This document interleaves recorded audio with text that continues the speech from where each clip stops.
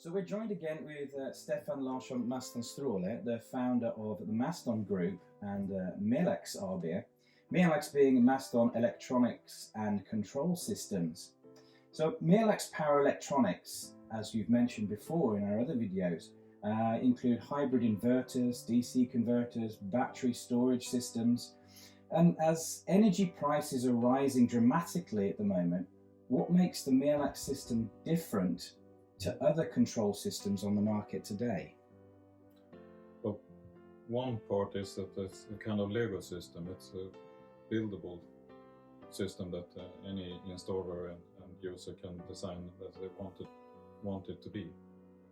It can be sizing of the different system parts. It can be adding features that are not usually possible in traditional solar inverter systems and so on, to be able to add fuel cells or generators, or having completely different functional capacity in a system that is possible to design by the user themselves.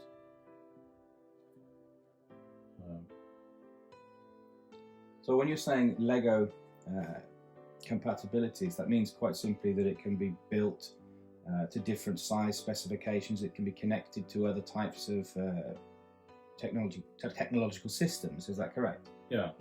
And it's also possible to have it completely new functions. It's really easy, just like running the old laptop computer. You can add functions that wasn't there from the beginning.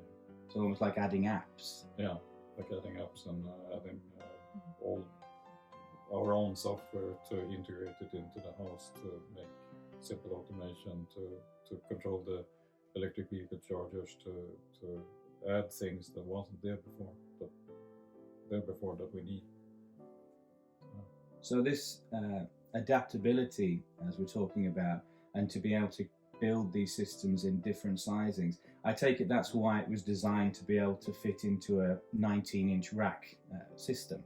Yes, and we know that we have gone from having small capacity. If we add a battery, we have a few kilowatts that we can have when it's a power cut. If we look at what's happening right now, more and more people and homes and offices and other commercial buildings, everyone needs to have more. We need to have full capacity, as we have been used to in the electric subscription from the power grid.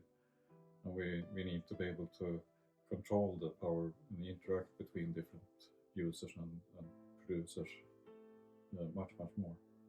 When you're saying about controlling the power, and obviously the big fear that a lot of people have is that if a blackout occurs, then does my system immediately take control? In a lot of products, that doesn't actually happen, does it? Whereas this, I believe it does. Yeah, it can vary really a lot. We can see that all over, looking at news and YouTube movies and all sorts of things. We can see that different people have different benefits and issues with different systems, so that can vary really a lot. We see also that, like in a computer server building, everything is built so it's always online. And that's typically what we're used to have in the houses also. So if I have a system in my house, for example, and the power goes off and the lights have gone off and the fridge has gone off, am I going to be able to rely upon the battery system here and the inverter that's going to assist me and make sure that I can still continue living in a decent way? Yeah, I designed this system so it's always operating as it would be off-grid, even if it's connected to the grid. So it's always prepared to be taking over the total power loads all the time.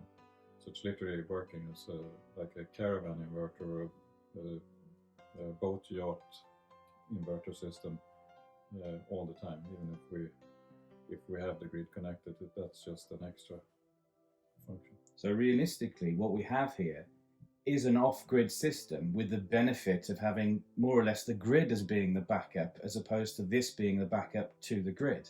Exactly, it's the opposite. The grid is the backup. Fantastic. Well, I'm really looking forward to hearing a lot more about the individual components to this system as we move on to our next videos. Thank you again very much, Stefan.